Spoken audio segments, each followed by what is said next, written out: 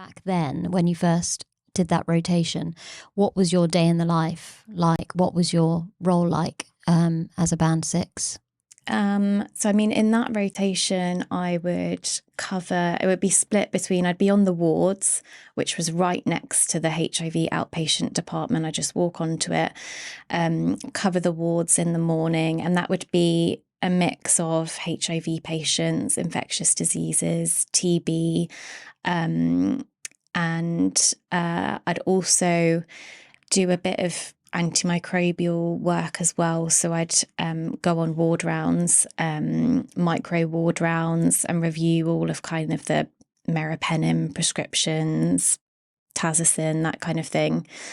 And then the HIV outpatient department was myself, the AA HIV pharmacist at the time, and a technician. And we would dispense all the medicines there.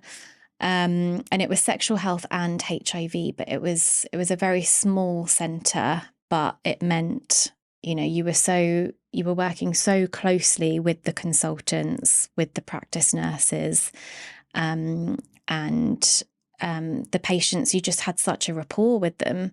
They knew us. They knew. I mean, I was quite new, so they didn't know me, but they knew the pharmacist and the technician. And yeah, it was all confidential because there was no other outpatients in that area. It was purely HIV. And I learned so much about counselling, you know, how to have kind of, I would say, like difficult conversations with patients, because you're counselling a patient at the same time that they've got a new diagnosis of HIV. So, you know, you're balancing, okay, I know I need to give them all this information about the drugs, but actually, like, their mindset isn't going to be, they're not going to be in a place to absorb a lot of what you're saying. So you kind of have to think, okay, what is the main key points I need to get across here, and what do they need at this point?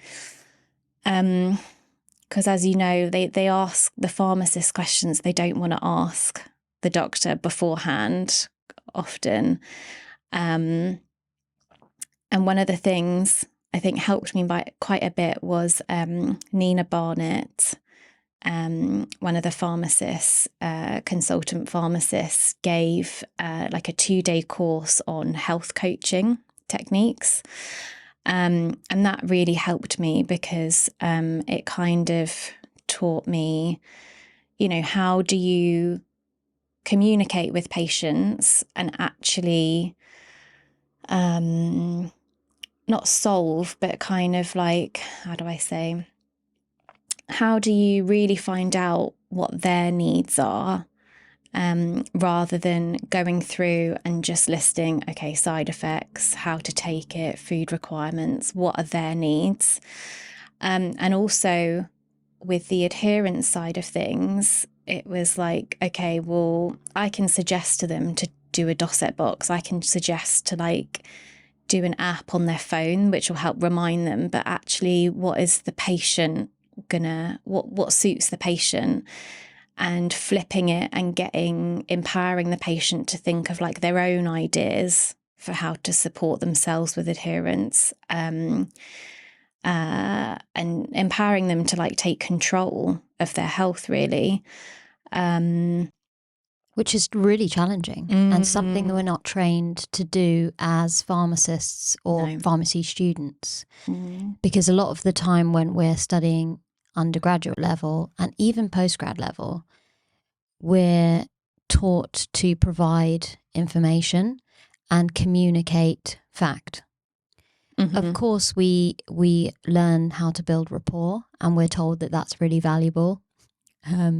But the ins and outs of how to do that in quite a sensitive situation is really a skill. And health coaching is amazing because you're providing questions or identifying information from them, but they're the ones coming up with the ideas as to how they can implement and make their lives better and healthier, and how they can manage this condition long term. Because at the end of the day, they have to have that motivation and that self-motivation and drive to be a better version of themselves. So that's amazing. So do you know how it's Nina, did you say? Yeah. How she kind of got involved with that? I don't know, to be honest. I know she's kind of quite well known for kind of going around and kind of teaching these techniques, because when I went to Chelsea, she was brought in again, which I thought, it was really valuable, because then, you know, the next team was learning. But she might be quite a good one to get on. Yeah, that's a good idea, right? Yeah. No, but it's really interesting, because it's a side of pharmacy that is, you know, not known for all specialty areas. It's not that, you know, you're empowering patients to that same respect in all specialties, nor do pharmacists have time in clinics to be, I guess, helping patients from that perspective. But a lot of what you said resonates with me well, because with palliative care, again, it's a very sensitive area in terms of information giving, and you've got a pediatric patient who's potentially just been born, and the parents identify that their child is not going to survive, and they didn't know. Some parents may know during the pregnancy that this is the case. Doesn't make it any easier. But if you're unaware that this is the situation you're going to be faced with, you've literally just given birth and you're going through your own emotions, your own physical changes, fatigue and all the rest of it. And then on top of that, you have to deal with the diagnosis, which is literally life-changing in the same respect as someone identifying they've got HIV. Yeah. And then you've got 25 drugs and 2 massive shopping bags of medications that they have to learn how to use. They have to learn how to administer to a baby. They have to know what the drugs are for, what the side effects are, like you said, and being able to do things from buccal administration, oral administration, subcut injections, you know, identifying symptoms which relate to palliative care, whether it's shortness of breath or, you know, constipation. And a lot of the symptoms are similar to a newborn in general as well. So it's quite difficult to differentiate what's from what. It's interesting that you obviously have that similar experience with adults. And when we counsel patients on discharge, I usually put aside about 3 hours of time. I might be going on to the pediatric ICU.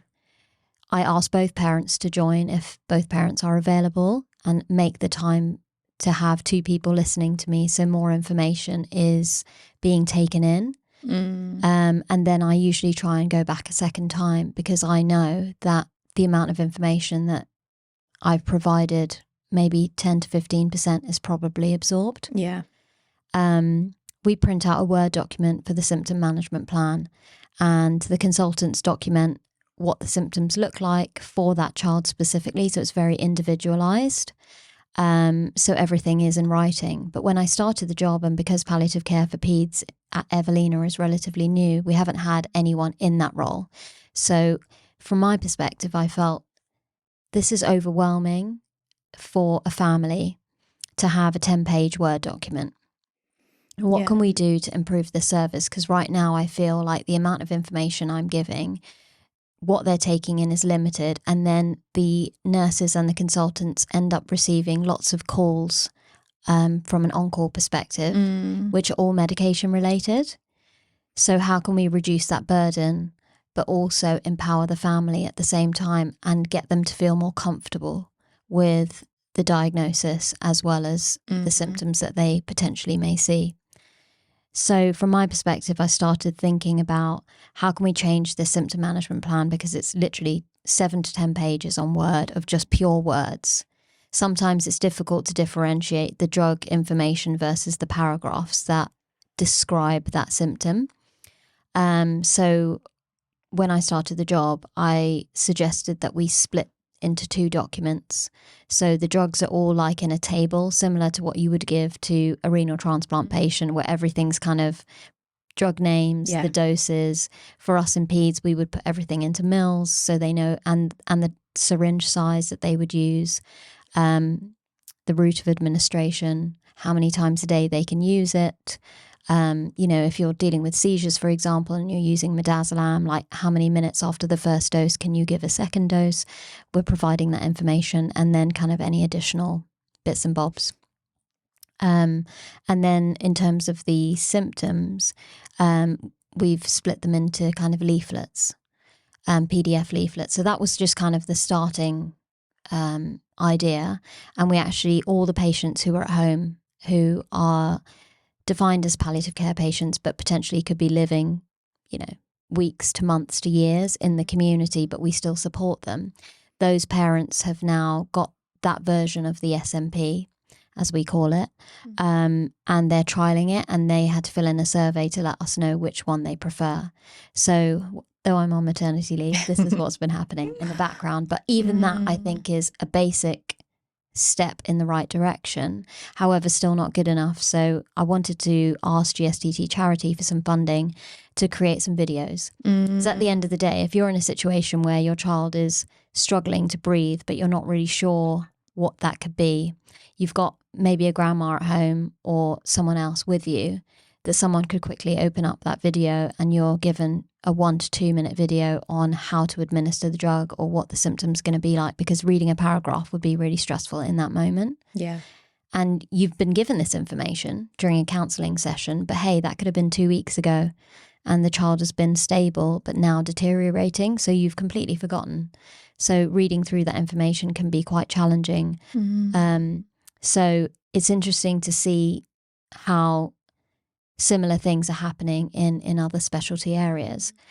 Do you have any good examples of stories of patients where you've made some not interventions, but I guess using your health coaching skills and kind of empowering a patient to kind of make a decision on their own? Maybe you can think of one. Putting me on the spot here. Sorry. No, it's good. There's how many patients have I spoken to in the last 4 years? Let me think. It could be just like the simplest of things. So like with our HIV medicines, we can be quite strict in that we'll say you need to take this tablet every day on the dot, no missed doses, otherwise you're going to get resistance, we're not going to be able to use the drugs, you're going to have to take multiple tablets multiple times a day, which scares patients a little bit. And so, putting the question back to them and say, talk to me, how do you take your medicines? How do you remember how to take them? Rather than telling them how they do it, just get them to speak it back to you. And the amount of times, the patient will say, yeah, I take it 9 a.m. every morning. I've only missed it. I've only delayed it by 20 minutes in the last 2 years. And I'm like, you don't have to do that. We're not that strict. And just educating them and easing that anxiety.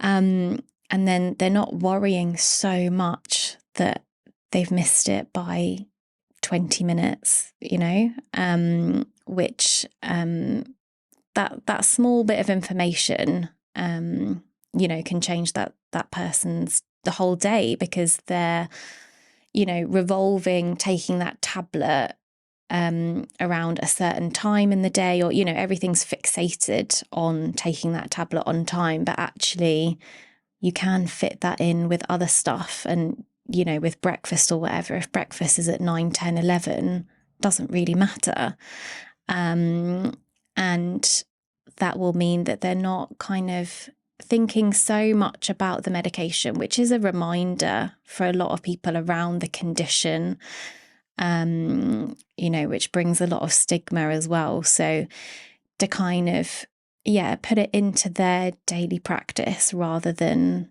putting so much pressure onto it, I think has made quite a big difference. Yeah, I mean, I'm sure it can be, it's really daunting, and there's a lot of pressure around medications, because if you don't take them, the numbers show that you've not taken them. Yeah.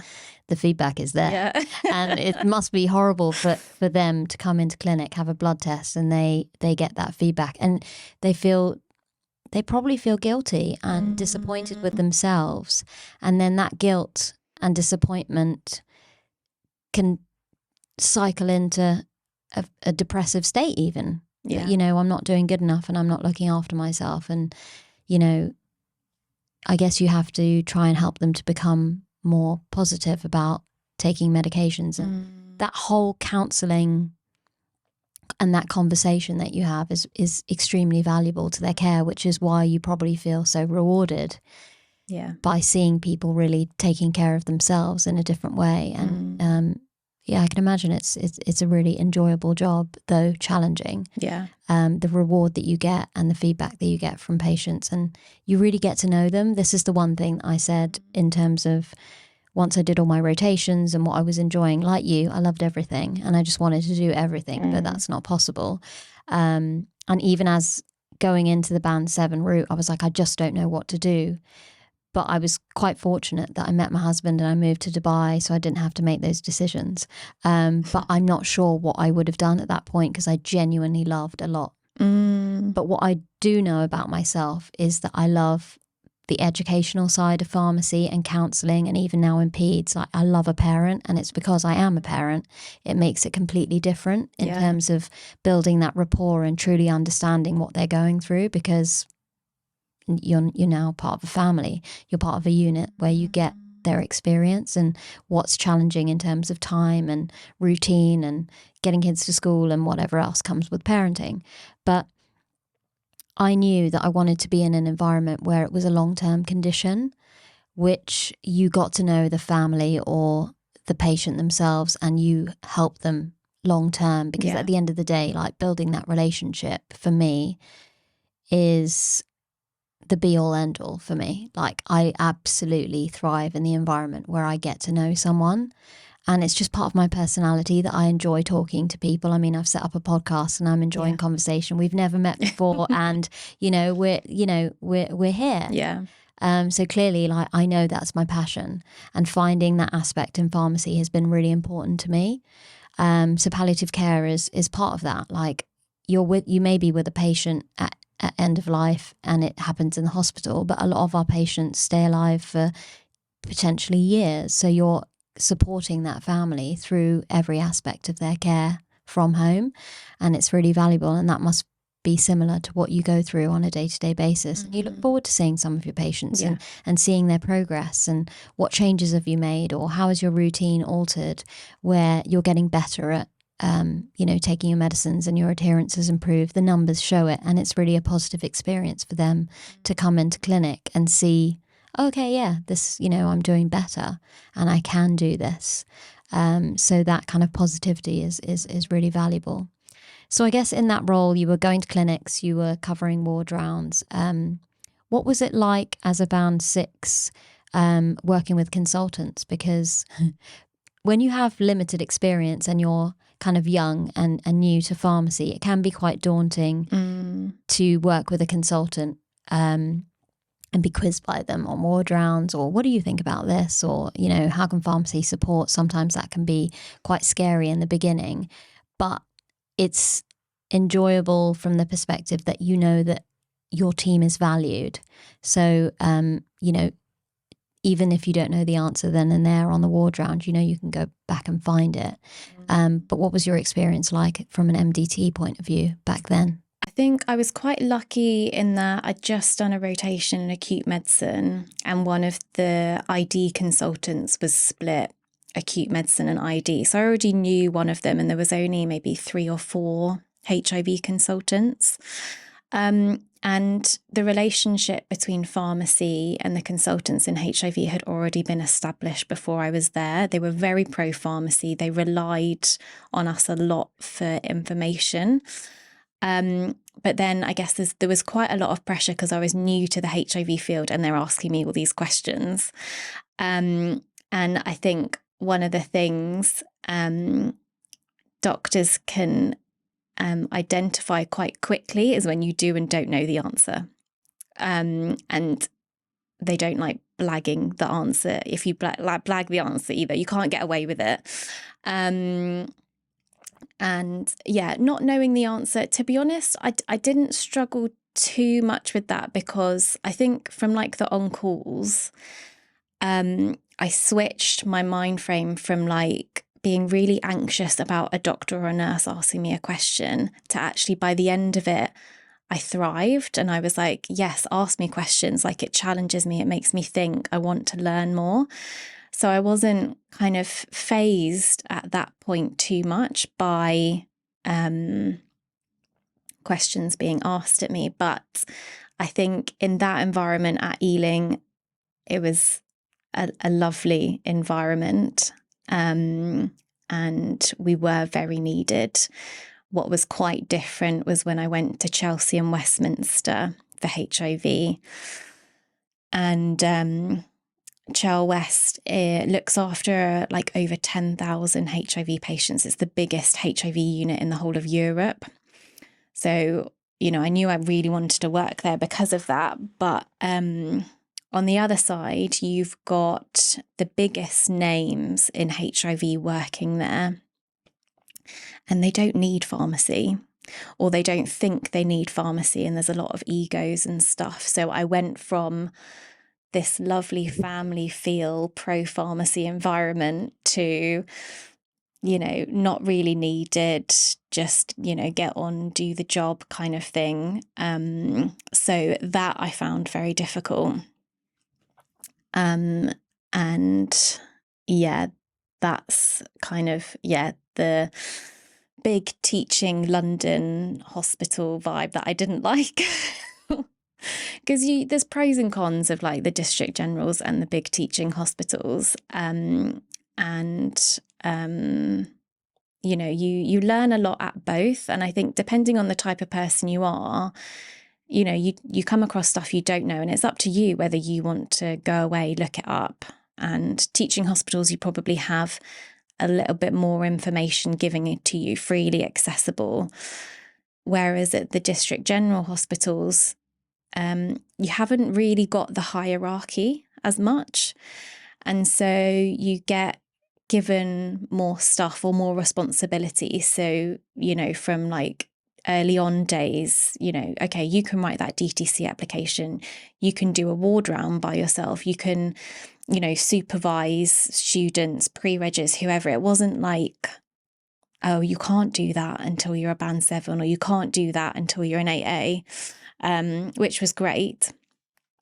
But yeah, on the other hand, Chelsea, I did learn so much because I was learning from the experts in the field. And I think that is where, you know, all of my kind of ingrained HIV knowledge came from there. So I'm very grateful for that experience.